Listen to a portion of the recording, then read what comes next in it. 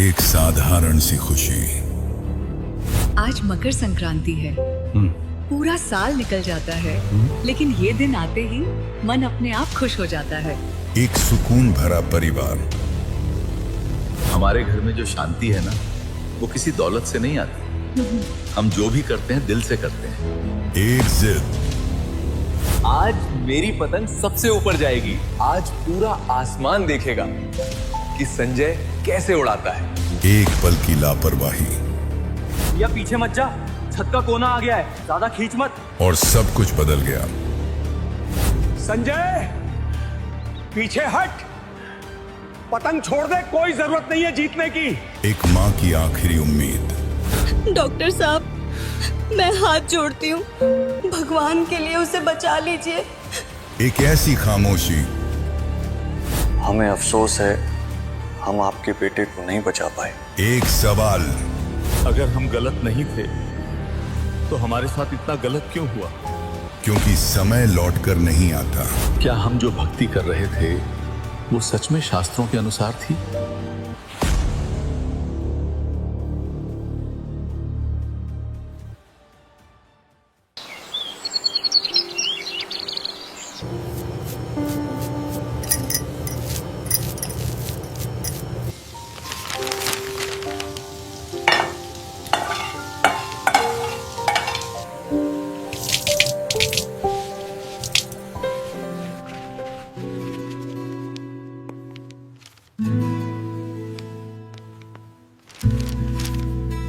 आज मकर संक्रांति है।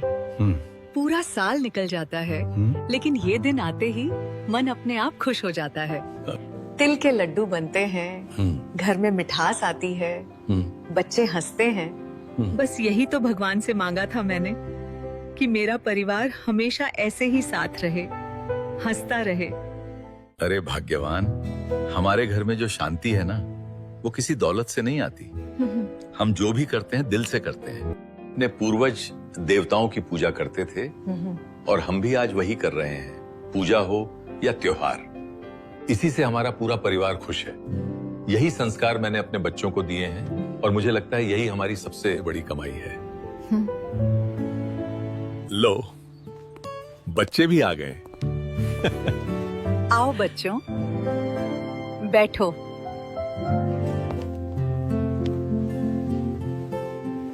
माँ, जल्दी लड्डू बना देना।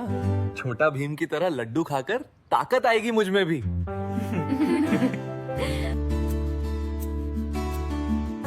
मुझे पतंग उड़ाने जाना है। आज मेरी पतंग सबसे ऊपर जाएगी, अंकित की भी नहीं। आज पूरा आसमान देखेगा कि संजय कैसे उड़ाता है। भैया, पतंग उड़ाना है तो ठीक है, लेकिन ज्यादा जोश मत दिखाना। हर साल कहते हो जीतोगे, लेकिन बेइज्जती करवा देते हो अपनी पूरे मोहल्ले में। तू चुप रह, आज देखना सभी की पतंग झटके से काट दूंगा।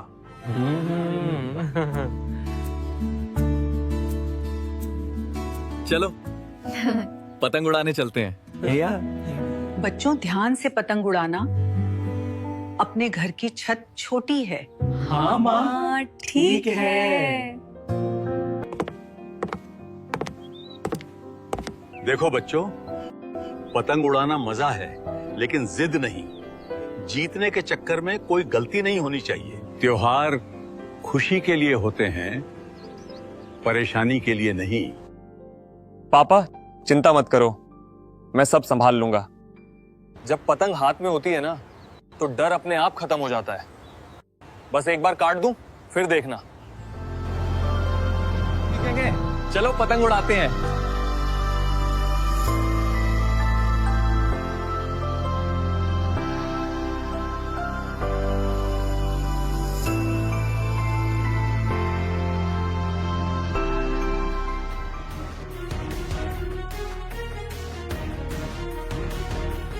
भैया पीछे मत जा, छत का कोना आ गया है, ज्यादा खींच मत, मांझा तेज है।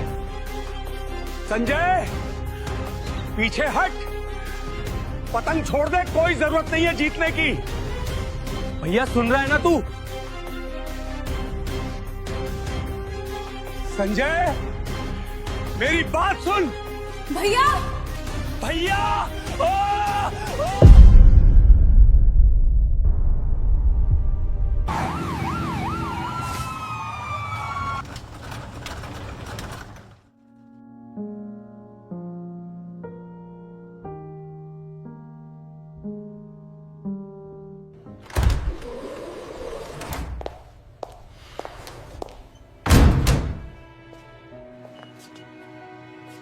क्या हुआ डॉक्टर? हमारा बेटा ठीक है ना? मुझे माफ कर दो। डॉक्टर साहब, मैं हाथ जोड़ती हूँ। मेरा संजय बहुत छोटा है, उसने किसी का कुछ बिगाड़ा नहीं है। भगवान के लिए उसे बचा लीजिए। मैं सारी उम्र आपका एहसान मानूंगी। हमने पूरी कोशिश की, लेकिन चोट बहुत ज्यादा थी। हमें अफसोस है, हम आपके बेटे को नहीं बचा पाए। मेरा संजय, मेरा संजय! मैंने बोला था पीछे मत जा। क्यों छोड़ के चले गए आप हमें? मैंने पूरी जिंदगी भगवान पर भरोसा किया है। आज पहली बार उनसे सवाल कर रहा हूँ। अगर मेरी पूजा पाठ में कोई कमी थी तो सजा मुझे देते, मेरे बच्चे को क्यों?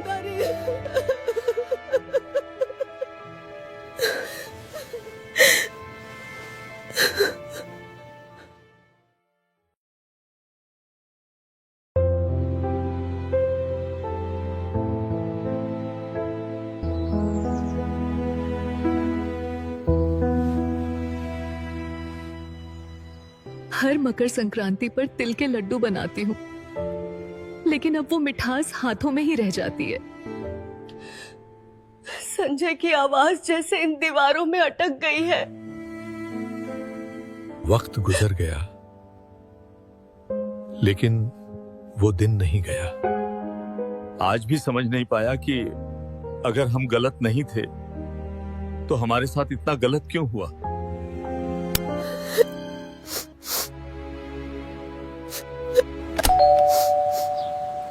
अब दुखी मत हो, बाहर जाके देखो एक बार कौन आया है।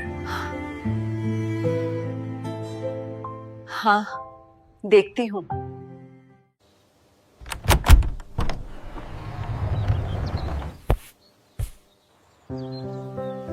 नमस्कार बहन जी।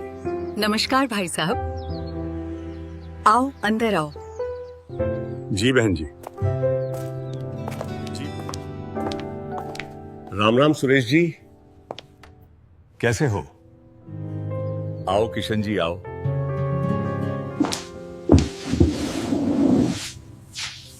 सुरेश, दोस्त हूं इसलिए देर से नहीं, सच से मिलने आया हूं। जब संजय के बारे में पता चला तो बहुत दुख हुआ, लेकिन एक बात मन में अटक गई।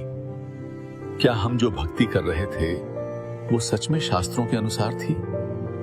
किशन, ये बात 2 साल पहले क्यों नहीं कही? उस वक्त तो सबने यही कहा कि भगवान की मर्जी थी। अब तू कह रहा है कि हमारी भक्ति गलत थी। ये मानना आसान नहीं है। मैं ये नहीं कह रहा हूं कि वो सभी लोग गलत थे या भगवान गलत थे। मैं कह रहा हूं कि तरीका गलत हो सकता है। संत रामपाल जी महाराज यही समझाते हैं कि भगवान सही विधि से की गई साधना से प्रसन्न होते हैं। हमारे शास्त्र भी यही बोलते हैं। गीता अध्याय 16 के श्लोक 23 और 24 में इसका स्पष्ट प्रमाण देखने को मिलता है। तो क्या मेरे बेटे की जान इसलिए गई क्योंकि हमने सही तरीका नहीं जाना? अगर ऐसा है तो ये ज्ञान हमें पहले क्यों नहीं मिला? क्या भगवान सिर्फ किताब पढ़ने वालों की ही सुनते हैं? सुरेश, मैं ये नहीं कह रहा कि भगवान ने तुम्हें सजा दी। मैं ये कह रहा हूं कि जैसे बिना नक्शे के रास्ता चुनो तो मंजिल नहीं मिलती, वैसे ही बिना शास्त्र के भक्ति करोगे तो सुरक्षा नहीं मिलेगी। संत रामपाल जी महाराज यही कहते हैं कि सच्ची भक्ति वो है जो वेद और गीता से साबित हो। लेकिन किशन, तू मुझसे वो सब मानने को कह रहा है जो मेरी पूरी जिंदगी की सोच को गलत साबित कर दे। मैं आज तक ये मानता आया कि त्योहार, पूजा, व्रत यही धर्म है। अगर ये सब शास्त्र के खिलाफ हैं, तो फिर हमने भगवान के नाम पर क्या किया? हमने वही किया जो हमें सिखाया गया, पर सिखाने वाले भी इंसान थे, शास्त्र नहीं। दिक्कत यही है भाई कि हमने कभी पूछा ही नहीं कि लिखा क्या है, बस देखा कि सब क्या कर रहे हैं। पर सच भीड़ से नहीं, प्रमाण से निकलता है।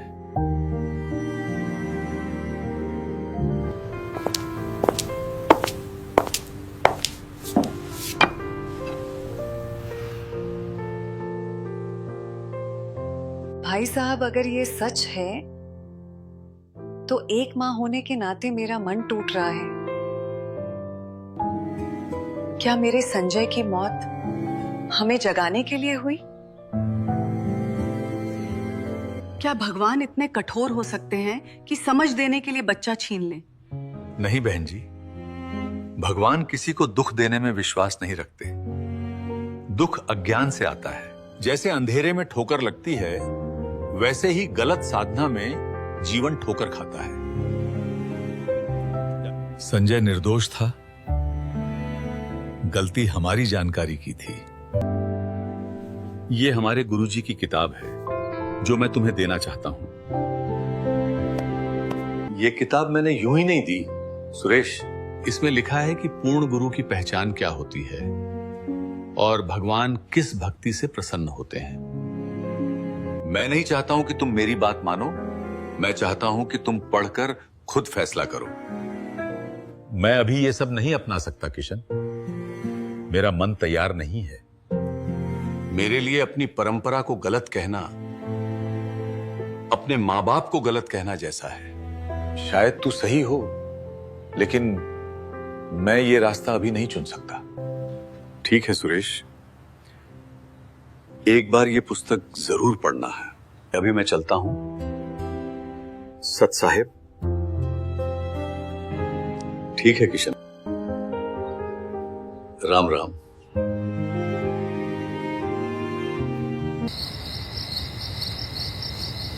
ये लोग गरीबों को खाना खिला रहे हैं बिना किसी लालच के। कोई चढ़ावा नहीं, कोई प्रचार नहीं। ये भक्ति के साथ साथ इंसानियत जैसी लग रही है। जो सच में भगवान को मानता है वो भूखे को खाना देता है। ये देखकर मन शांत हो रहा है।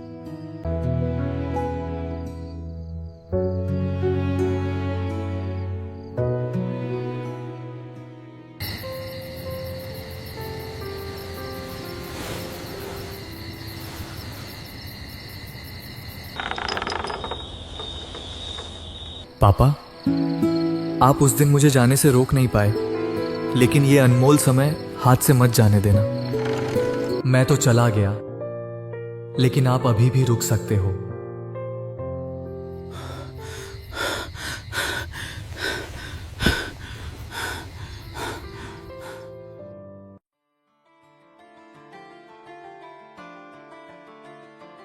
यहां लिखा है, पूर्ण गुरु वही है जो शास्त्र से प्रमाण दे। तो हम आज तक किसी से प्रमाण मांगते ही नहीं थे, हम सिर्फ मानते रहे। हम भगवान से रोज डरते रहे, लेकिन उन्हें समझने की कोशिश कभी नहीं की। पापा, अगर ये ज्ञान सच है तो हमें देर नहीं करनी चाहिए। हमने एक भाई खोया है, अब एक दूसरे को नहीं खो सकते। अगर संजय भैया आज होते तो शायद वो भी यही चाहता कि हम सही रास्ता चुने। आज पहली बार मुझे लग रहा है कि मैं भगवान से कुछ मांग नहीं रहा था, मैं उनसे रास्ता पूछ रहा हूं। अगर ये रास्ता शास्त्र का है तो मैं परंपरा नहीं, सत्य चुनूंगा। मैं भी, अगर इससे आत्मा को शांति मिलती है तो यही सही भक्ति है।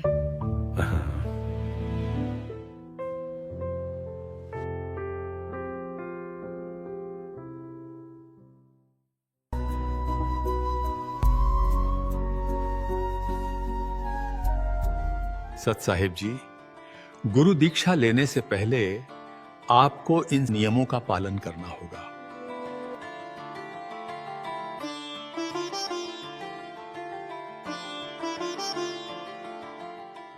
इनका आप सभी को अंतिम श्वास तक पालन करना है। सतगुरु हम बेपरवाह बंद परमहंस पूर्ण पूर से रोम रोम रविचंद ग्रीव सतगुरु हम जिंदा जगदीश सुन विदेशी मिल गया छतर मुकुट है शीश ग्रीव सतगुरु के लक्षण का हूँ मधुरे बैन विनोद चार वेद शास्त्र का